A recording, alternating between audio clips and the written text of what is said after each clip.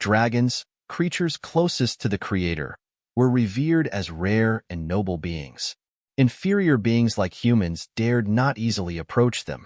After tangling with a dragon in the previous scene, Cyan found himself clinging to its leg. However, judging by Cyan's expression, he wasn't comfortable. In his heart, he thought, it's an honor to come across such a high and mighty creature, but why did it have to fly over the very people that can't be seen by? The dragon flew over the camp, right above Erin's head. Worriedly, she called out Cyan's name. The king exclaimed, "Unbelievable, a dragon! Though, Vilyrth, why is your son on top of the dragon? What are you doing? Aren't you going to save him?" Vilyrth, with a worried expression, remained silent, contemplating what was happening to Cyan. Cyan, now atop the dragon, struggled to hold on and not fall off. He silently cursed, "Damn it all. I just wanted to drink its blood. I didn't expect this to happen." The scene shifted back shortly. With the appearance of the dragon, Cyan was excited and merged with Kirim to defeat it. "You have to catch that dragon." "No, you have to eat it," he declared. But facing Cyan were a horde of monsters attacking him. He expressed, "Screw off, you mongrels. I don't have any time to waste." Immediately, Cyan used his skill, Fog Sword Rushing Fog Storm. Within seconds, his figure moved among hundreds of large monsters, cutting them into pieces. Then, he landed facing the dragon. Cyan remarked, "He's definitely not a fully grown dragon." The size speaks for itself. As Cyan identified his presence, the dragon immediately shot out a large energy beam from its mouth. Facing it, Cyan remarked, "Oh, tiled. That's real bright." As the powerful energy approached Cyan, he swiftly dodged, then quickly moved closer to the dragon's head. Kirim evaluated, "Ammon's action now. You're being rude." Cyan felt annoyed by the complaint. He then struck twice at the dragon's head. Kirim said, "You dare spit in my face on our first meeting? Well, you can take my sword to the face then." Cyan's strikes hit the dragon's face, leaving it wounded. The dragon roared in pain, creating a burst of air pressure that pushed Cyan far away. However, this only excited Cyan more as he saw his opponent worthy. He grinned excitedly. As the dragon's horn attacked, Cyan simply dodged aside. Then, he used his skill, Swordless Eighth Fluttering Petals. Cyan's body fluttered through the dragon's body, leaving it with many fatal strikes. The dragon fell from the sky to the ground, surrounded by swirling dust. Cyan, standing before the dragon, remarked, "Phew, I guess I can't take on a dragon just yet. My shoulders are sore. Well, time to wrap this up." The dragon stood up, its sharp eyes fixed on Cyan. Its body surged, creating a powerful gust of wind that made it difficult for Cyan to stand. Cyan prepared to attack, thinking, "I won't fall for the same trick twice." Suddenly, something surprised Cyan. The massive dragon now seemed to be fleeing, its tail tucked, running away. It seemed quite sensitive to being struck by Cyan. Cyan panicked. "That lizard. He's running away. I can't let you go. Stop right there." Without hesitation, Cyan soared into the sky, chasing after the dragon. And that's why we see the current scene. Cyan still tightly clutching the dragon's leg, thinking to himself, "I guess I used up all of my luck coming across this dragon." After that, Cyan made his decision. Well then, how will I take care of this situation? At this moment, Kirim appeared and asked, "What's wrong with you? Why aren't you doing anything?" Cyan responded irritably, "What do you mean? Can't you see all those people below us?" Kirim, angered, retorted, "So what if you unsheathed me? You've got to do something at least." Cyan replied, "You want me to use the demonic sword with all those people watching? I'll be burned at the stake immediately if they see that." Kirim complained, "Then what? Are you just going to stay on this dragon?" Cyan, feeling annoyed, replied, "I'm thinking right now." Meanwhile, on the ground, Vilyrth was concentrating on casting some kind of spell, with golden swords surrounding the magic circle. Cyan recognized the spell and thought, "That's advanced 8-star magic. He's going to use the secret sword of the heavens." Knowing that his son would get swept up into it too when the time came, Vilyrth cast the spell.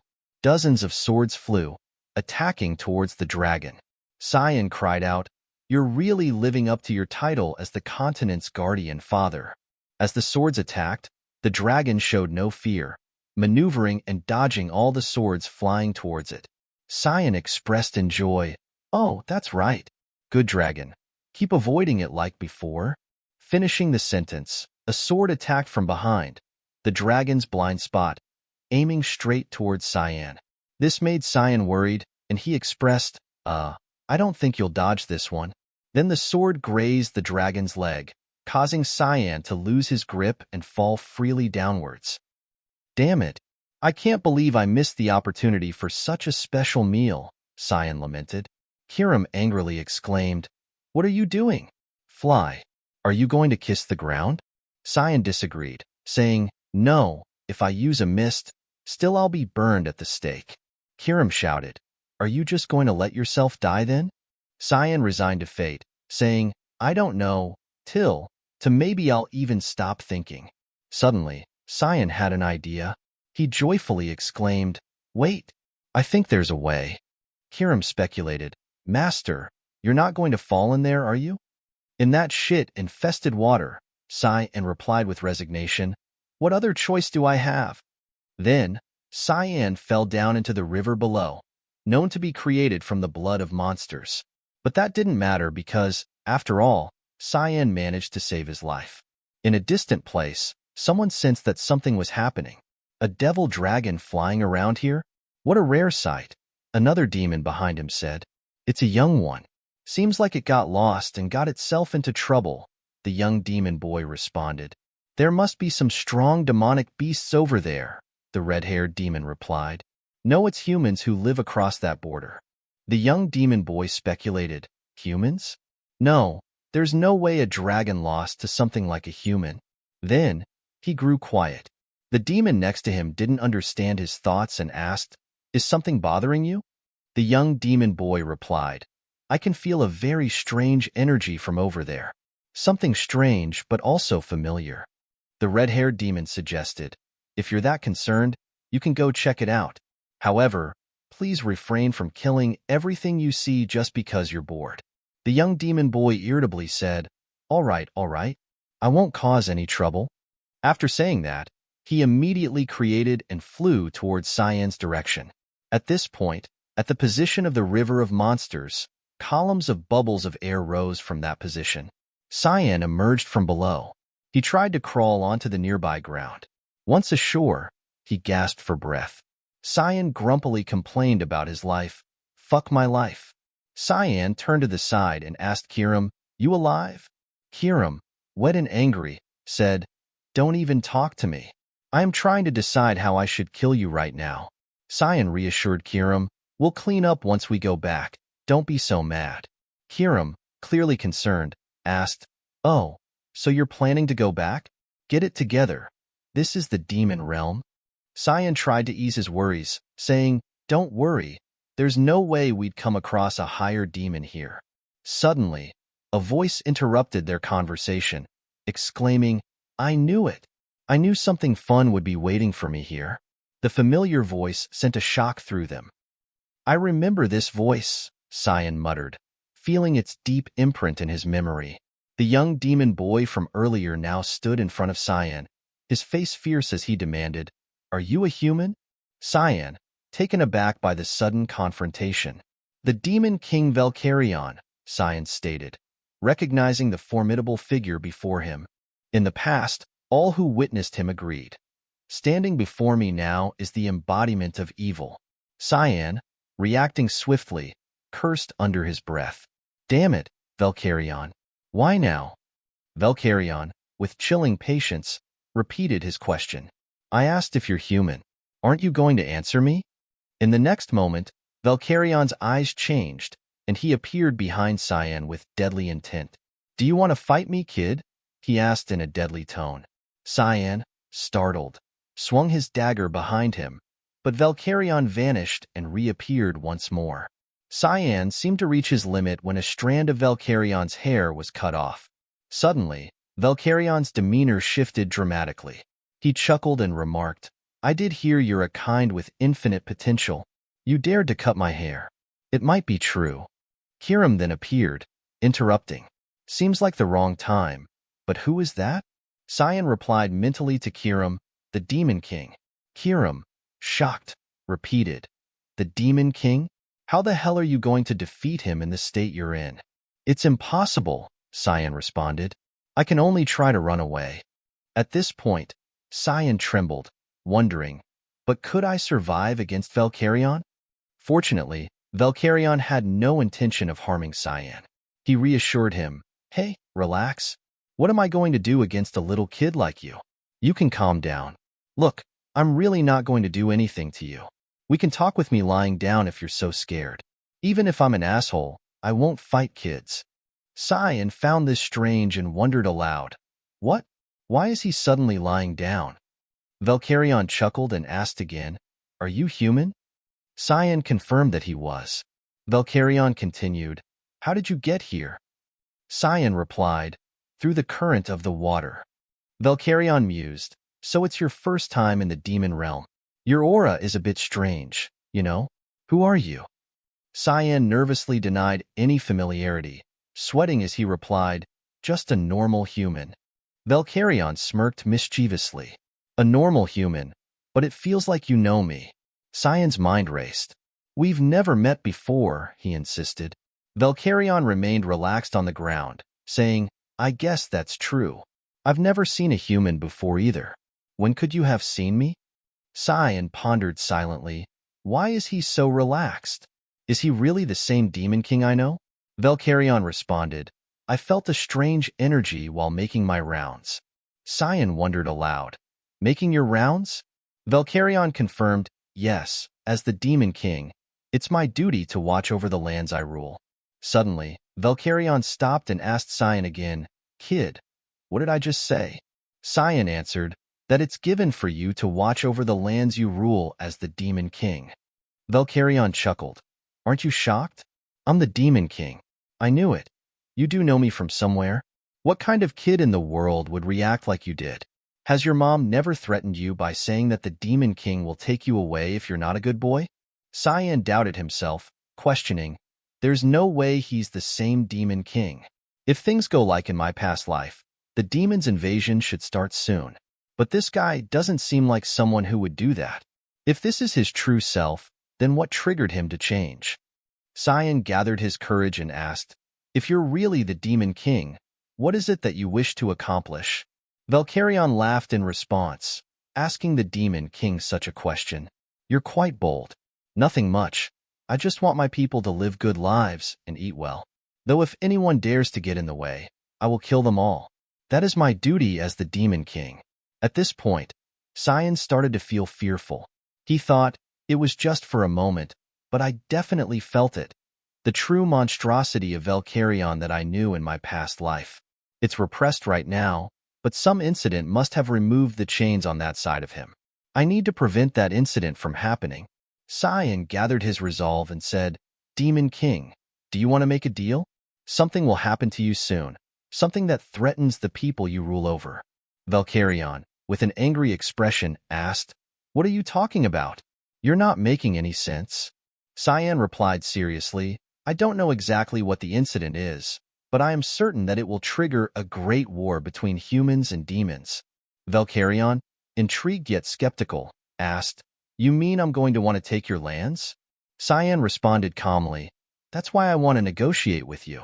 Promise me that you won't start a war, no matter what happens. Valkyrion considered this for a moment, then said with a hint of amusement, you're making no sense. All right, let's say that I don't start a war. What are you going to give me in return? Cyan met Valkyrion's gaze firmly and replied, I'll help you, no matter what happens. I'll do my best to support you. Valkyrion leaned in close, his expression serious. You know something. Then he smiled and asked, your name? Cyan answered firmly, Cyan Vert. Valkyrion nodded. All right, Cyan Vert. I promise you, as the owner of the demon realm, that I will not invade your land no matter what happens. With that, Valkyrion's wings appeared, and he flew into the sky. Looking down at Cyan, he added, but you better take responsibility for your own promise too. A deal is a deal after all. With Valkyrion gone, after some time, soldiers from the clan appeared, searching for Cyan. The inspection team found him conveniently lying there, and he was able to return safely. This earned him the nickname, the boy who survived the Devil Dragon.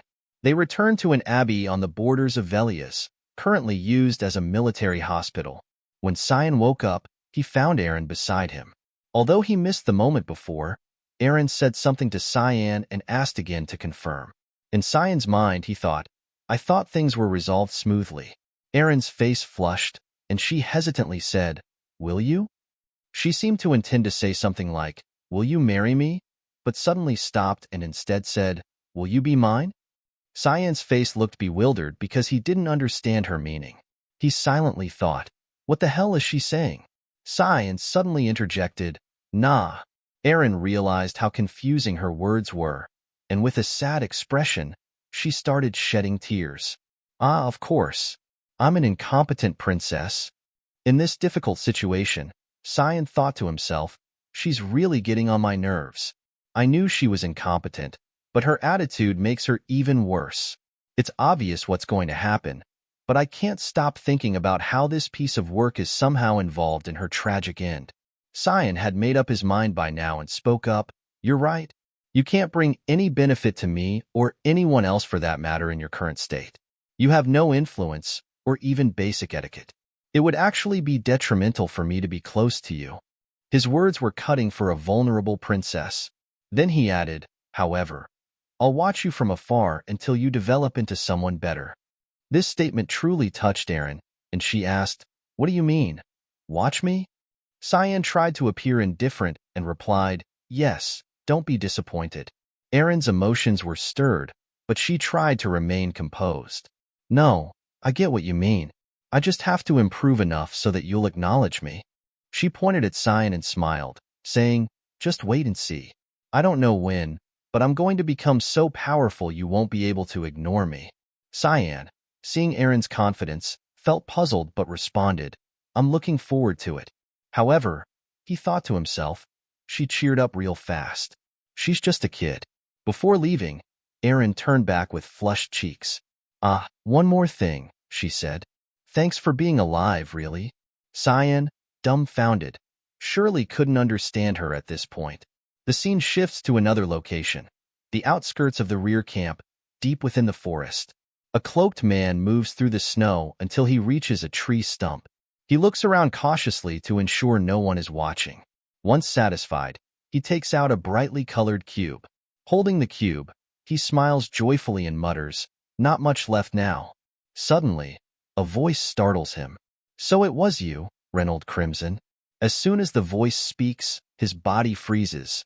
He cannot move. My body won't move. It's as if some invisible chains are tying me down. The person behind him is Cyan. Cyan smirked faintly. A small dimension box. I guess its commercialization has yet to happen. An artifact imbued with a dimensional realm and enough mana to allow infinite storage. He stepped closer to the man, who remained stiff and unable to move, showing signs of anger. It was the masterpiece of the Garum Kingdom's Mage Association, wasn't it? Cyan inquired calmly. I've been keeping an eye on it for a whole year because I felt someone in the Empire was smuggling them. With a deft motion, Cyan took the cubic block from the man's hand. So that's how you've been doing it. I'll be taking this. The man, powerless, could do nothing as Cyan continued. Cyan read out the man's personal information. Reynold Crimson, a 7-star mage knight from the Garum Kingdom. The man was astonished to hear his own details.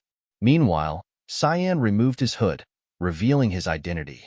The man was shocked to realize it was Cyan Vert standing before him and wondered why Cyan was here.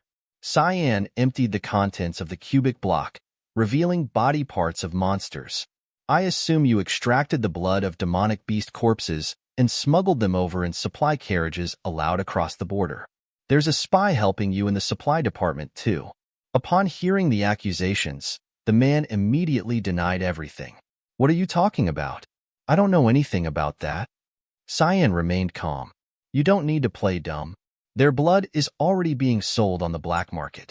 The man recalled supplying hellhound blood to Alice, suspecting her betrayal. Regardless, he couldn't let Cyan leave. Meanwhile, Cyan examined the monster parts and remarked, "Aside from freshness, this thing's too big to eat." The man attempted to use magic and wondered how Cyan had managed to capture him. Gradually regaining control, he smiled crazily and broke free from Cyan's control. With a triumphant declaration, the man cast a spell called Breath Fire, directing magical flames toward Cyan with the intent to end his life. "The consequence of letting your guard down is death, kid," he sneered. Cyan realized the attack at the last moment, unable to evade in time. The magical flames engulfed him, and he thought, "Shit, I thought I was dead." The rumors about his opponent were true. The flames from the magic spread around. With calm composure, the man spoke, "Ha, I lost the precious dimension box. I never expected this kind of thing to happen in the midst of transport." But suddenly, his hand was severed. Before he could comprehend it, his hand had detached from his body, and he cried out in pain. Surrounding him was a haze of blood, and he wondered, What's this black fog?" At that moment, the protagonist reappeared, causing him to panic. He thought the protagonist had died. Immediately, the protagonist rushed forward and gripped his neck tightly, pressing him against a tree. The protagonist, now furious, emitted a menacing aura and began interrogating him. "Tell me about the smuggling route and the spy, or suffer a death so tragic that even Satan would pray for you," the protagonist said with a terrifying face. The scene then shifted to a bustling area where people were trading goods fervently.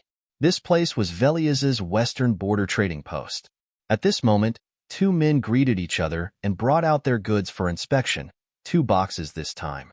"We'll be able to take a bit more this time. I wonder how much is in this box," one of them said as they opened the next crate. However, what they found inside terrified them both. The smuggler's monstrous body parts, dealt with by the protagonist. His head was still in the box, surrounded by blood. The protagonist stood above, observing. Kiram then asked the protagonist, "Are you not going to do anything about those guys?" The protagonist replied, "Yeah, I assume the warning was enough." Garam Kingdom's 7-star mage knight, Reynold Crimson. He's been smuggling the blood of demonic beasts from the front lines behind the Ushif Empire's back. The items he smuggled were taken to the Garam Kingdom's Mage Association. The Garam Kingdom's Mage Association, the protagonist continued, is a place where all mages insanely obsessed with magic gather. They study the origin and foundation of magic, as well as the art of creating new magic. They aspire to surpass the limits of humanity. Currently, they're making useful artifacts like the Dimension Box, but in the future, they'll do all kinds of insane stuff with the demonic beast blood. I need to put a stop to it now. The protagonist left, and Kiram teased him. "Are you changing class from assassin to problem solver?" Annoyed, the protagonist requested Kiram to shut up. Kiram suggested, "I thought you were going to live for yourself. Isn't this a really selfless thing to do?" The protagonist replied firmly, "I just don't want any more people using the demonic beast blood." The scene shifted to a residence in the Ushif Empire. Askell, the protagonist's older brother, stood by the window, reading some letters. In the letters' content, there was a mention of Cyan. Askell wondered aloud. Cyan went to the front lines with father? An attendant on the bed, upon hearing the name Cyan, asked curiously, "Cyanvert? Ah, that half-brother of yours?" Askell responded with irritation, "Yes, he's been getting on my nerves. I'll have to go see him." At Cyan's camp, Emily finished packing their belongings neatly and expressed joy.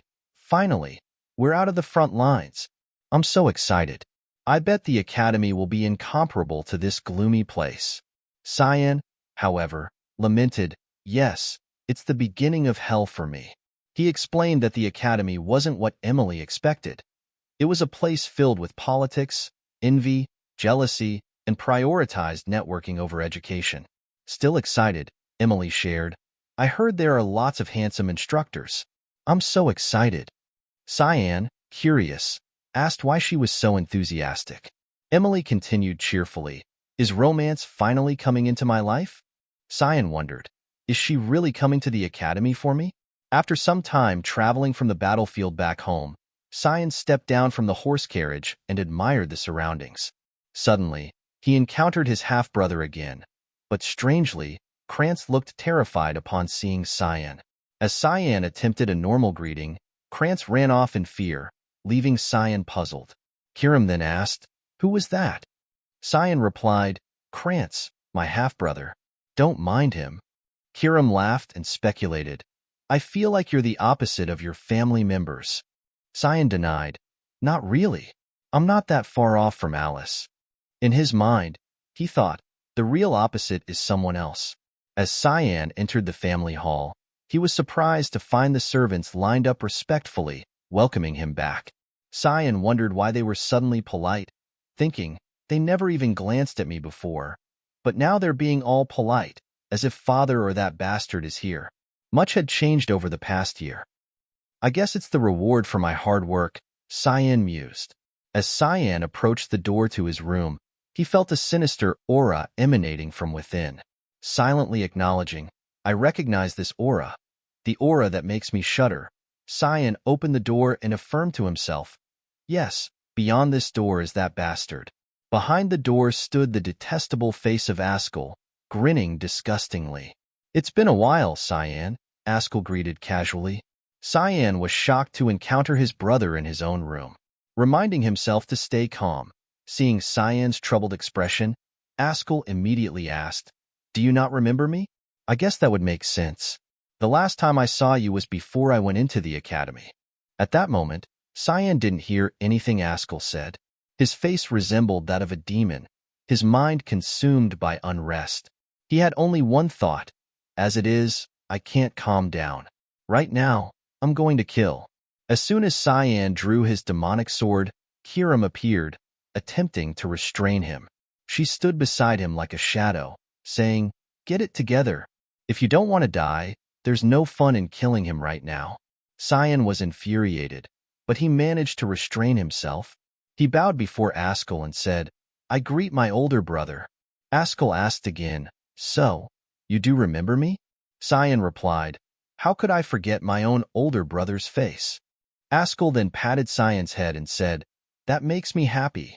Though this angered him, Cyan forced himself to remain calm. Askell smiled and remarked, "I was worried that you would have forgotten me. I'm glad you haven't. I heard that your swordsmanship has improved. You'll soon be able to help me on the battlefield."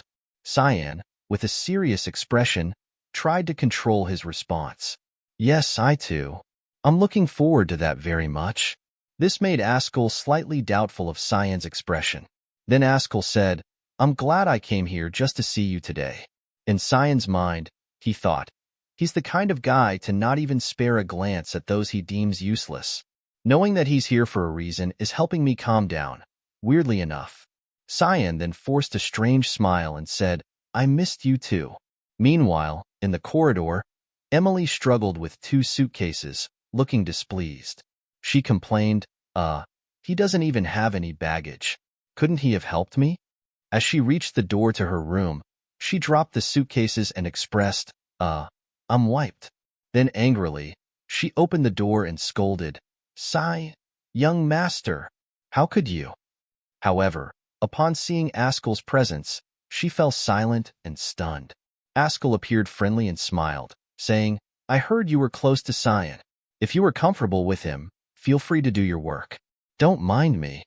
After that, Askell left. Cyan and Emily bowed to bid him farewell. Emily breathed a sigh of relief and said, "Oh yes, young master. I was so nervous." Then she displayed an angry expression towards Cyan's direction and said, "Young master, you should have told me in advance if the first young master was here." Feeling uncomfortable, Cyan spoke to Emily sharply, "Emily, can you leave me alone for a bit?" Emily, unaware of his mood, was about to say more but stopped when she met Cyan's intimidating gaze. He repeated, "Don't make me repeat myself." Emily found it difficult to comprehend. It was the first time she had seen Cyan in such an angry state. Cyan, feeling overwhelmed, rushed to the bathroom, vomiting out everything. His mood seemed somewhat better afterwards. Cyan then asked Kiram, "Why did you stop me?" Kiram replied, "Shouldn't you be thanking me?" Cyan retorted, "It was a good chance for you to take over my body as well." With a wicked smile, Kiram replied, don't be mistaken. I just want your rage to grow. That way, you'll be more delicious." Understanding Kiram's intent, Cyan laughed and responded, "All right, now that's like you." The scene shifted to Askel's location. He summoned his servant, who promptly reported, "I've tracked down the second young lady as you ordered." Askel inquired, "And where is she?" The servant responded, "She's in the north, in the territory of the White Elves, Farina." Askel remarked, "Farina, they're known for abhorring outsiders. She sure is skilled with others. Let me know if it looks like she's going to come back." The servant acknowledged the order, saying, "Yes, young master." Then the servant curiously asked, "Did something good happen?" Askel questioned, "Why do you think that?" The servant observed, "You seem much brighter than usual. Was the meeting with your younger brother amusing?" Askel laughed and replied, "Amusing, I guess you could put it that way." However, his demeanor quickly turned more ominous as he added, "But you're wrong. I'm in a terrible mood right now." The servant immediately apologized. Askel recalled Cyan's expression when they met, reflecting on those eyes as if he was looking at his lifelong nemesis. "Is it my misunderstanding? He gets on my nerves. I'll have to keep an eye on him for now," Askel thought. The servant replied, "I'll assign someone to do that." As twilight fell, Askel sat contemplating Cyan's inscrutable expression. He wondered, "Cyan Vert, what are you hiding?" The scene shifts to a carriage waiting outside the mansion, with Emily standing nearby. With a displeased expression, Emily addressed Cyan, "I'm really disappointed in you, young master." Cyan tried to explain, "It's not my fault. I can only take a night escort to the academy." However, Emily grew even angrier, reproaching, "Then you should have at least let me know beforehand." After a heated argument, it was time for Cyan to leave. He waved goodbye to Emily before departing, saying, "Anyway, be good, Emily." Emily seemed indifferent but replied, "You be good, young master." With a mischievous expression, Cyan chuckled and signaled for the carriage to depart. "Huh? You're really just leaving?" Emily asked one last time, her eyes welling up with tears. She urged, "Don't feel down even if you get bullied." As the carriage departed, Emily stood behind, gesturing for Cyan to take care of himself. Cyan felt a bit embarrassed but acknowledged, "That's very like her to say." He reminisced about a childhood memory when he was sick. Outside, it was raining heavily when he was 8, and he was so feverish that he kept losing consciousness. No one was there to take care of him. The person who carried him on her back and sprinted to the nearest doctor back then was Emily. Emily ran through the streets, knocking on doors for assistance. Luckily, a kind old man opened the door for them. Lying on the sickbed, Cyan remembered Emily's attentive care, thinking, "If it weren't for her, I probably would have been found dead somewhere in the mansion." Returning to the present, although they appeared to dislike each other outwardly, their relationship was akin to family. With a rare smile on his face, Cyan teased from the carriage, "Emily, act right, or you're going to end up dead by my hand." Emily was delighted to hear his playful greeting and pretended not to hear. To Cyan, Emily was more important than a mere servant. After the farewell, Cyan sat quietly in the carriage, his gaze turned pensive. He assessed, "Anyway, 6 whole intermediate class nights just to escort one person?" This puzzled Cyan. He sighed, then smiled with hidden meaning, remarking, "Seems like shit's going to go down before I even get to the academy." After some time on the road, the sun had set, and the carriage slowed down. 2 knights seemed to signal each other about a plan. Cyan, calmly lying in the carriage, seemed to grasp everything. A knight approached and suggested, "Young master, I think we should camp here for tonight." Cyan inquired, "Yeah? Where are we?" The knight informed him they were in the central city of Saffron and added, "We'll probably arrive in the city in the morning tomorrow." Cyan agreed and instructed, "All right, let me know when you're done setting up." The knight acknowledged the order, "Yes, young master." Cyan observed the surroundings and realized the knight had lied. He thought, "There isn't a forest like this near Saffron. It's not somewhere nice and shady either.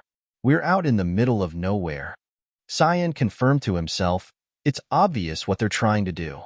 Right after that, a knight spoke to Cyan, "Young master, you may come out now." Cyan stepped out from the carriage. He knew everything but tried to feign ignorance and remarked, "The air is really refreshing." At this point, all the knights surrounded Cyan. Seeing a stranger among them, Cyan asked for their identity. The man in a brown cloak seemed to grow anxious, and the other knights shared the same sentiment, remaining silent. Suddenly, one of them smirked. Cyan noticed with a menacing gaze and asked again, "I asked a question." The knight with a smirk on his face and sword in hand replied, "You don't need to know. You're going to die soon anyway." Other knights began to express regret. "It's a shame that it's come to this," one said.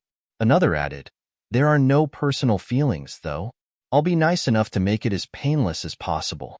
You just need to stand there with your eyes closed." Then the sinister-faced knight lunged towards Cyan, bidding farewell. However, Cyan faced him calmly, and in an instant, the man's body lay in pieces, his head severed by Cyan. After dispatching one knight, Cyan, now with a chilling tone and bloodlust emanating, brandished his sword and demanded, "I asked, who the fuck is behind this?" The remaining knights, paralyzed by fear, couldn't move, their faces filled with terror. Unfazed, Cyan continued, "Why are you all not moving? Did you not expect this to happen?" The man in the brown cloak, horrified, couldn't believe what he witnessed. Then one knight, summoning courage, charged at Cyan in a desperate attempt to survive, but seconds later his head was separated from his body. Cyan unleashed a barrage of strikes, each cut aimed directly at the remaining knights, slicing through their bodies. They cried out in agony until their lives ended. One of them, too terrified, attempted to flee but couldn't escape Cyan's swift demise. The man in the brown cloak froze in terror, tears streaming down his face, questioning, "This is really an 11-year-old? He reasoned, "There was a reason he came alive after fighting a dragon." Cyan retrieved his sword, fixing his menacing gaze on the man. As Cyan approached, the man fell to the ground, trembling and attempting to retreat. With a threatening gaze, Cyan demanded the man to confess everything. Overwhelmed with fear, the man immediately revealed, "Mrs. Margaret was behind this." Hearing the answer, Cyan found everything too easy. He seemed somewhat disappointed. Meanwhile, the man continued sobbing and trembling. The horse carriage departed with the man at the reins and Cyan sitting inside. The man elaborated further. "From what I heard, young Master Krantz asked Mrs. Margaret for a favor. We were all assuming that this mission was because of that." Cyan was surprised by the revelation, thinking, it was Krantz. All he could do when he saw me was book it. I'll teach him a good lesson when I see him again. Then the man, trembling, asked, "What's going to happen to me now? Are you going to kill me?" Cyan replied, "You don't look that sad about it." The man expressed, "We were the ones that tried to kill you first. I have no right to resent you if you kill me." Cyan disregarded it and instructed, "Just drive. There's a difference between being useless and having no value in being alive." He added, "You're good at driving the carriage." The man was surprised and thanked Cyan. As they approached a majestic city, Cyan announced, "We're here. Central City, Saffron." Thank you all for watching our video today. If you enjoyed it, please consider subscribing to our channel and turning on notifications so you won't miss any future uploads.